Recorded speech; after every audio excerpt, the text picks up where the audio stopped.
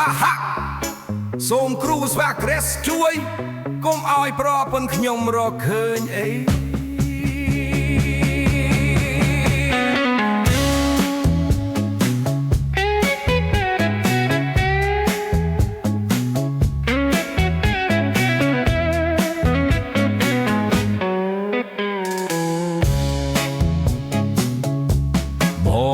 ធ្វើការតែចិត្តនៅឯផ្ទះ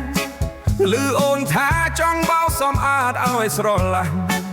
បេះដូងបងចំស្ទះភ័យឡើងបែកញើសខ្លាំងណាស់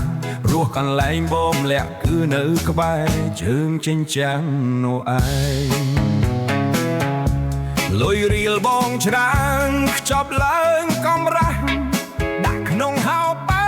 បងចេញក្រឡះបើទៅណាមកណាឮសូរសំឡេងស្រាក់ស្រាក់ស្រាក់ស្រាក់ភ័យខ្លាំងចង់បងវេងលុយលាក់លាក់ក្នុងស្រោមទូស័ព្ទភ័យណាស់អូនអើយបេះដូងលោតខុសចង់ឡាំងលុយលាក់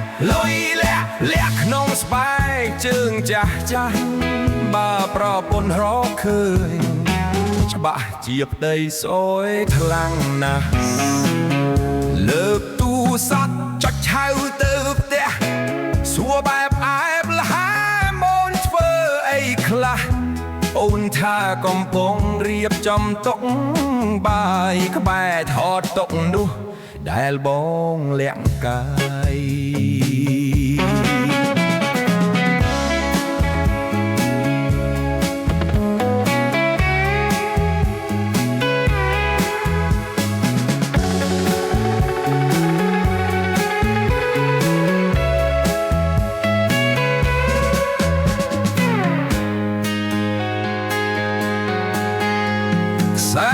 កូនមួយលាក់ក្នុងខោបតុក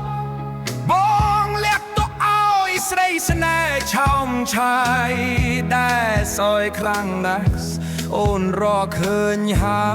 យឥឡូវអូនពាក់ញញឹមសប្បាយបងប្រាប់អូនថារបស់គេផ្ញើអូនសំឡងមកហើយធ្វើប្រមើដូ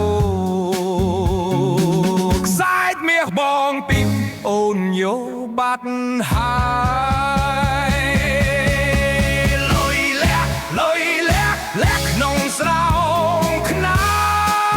យភ័យណាស់អូនអើយបេះដូងលោតខុសចង់ឡាលុយលាក់ក្នុងធូបផ្កាក្នុងផ្ទះបើប្រពន្ធរកឃើញច្បាស់ជាប្តីស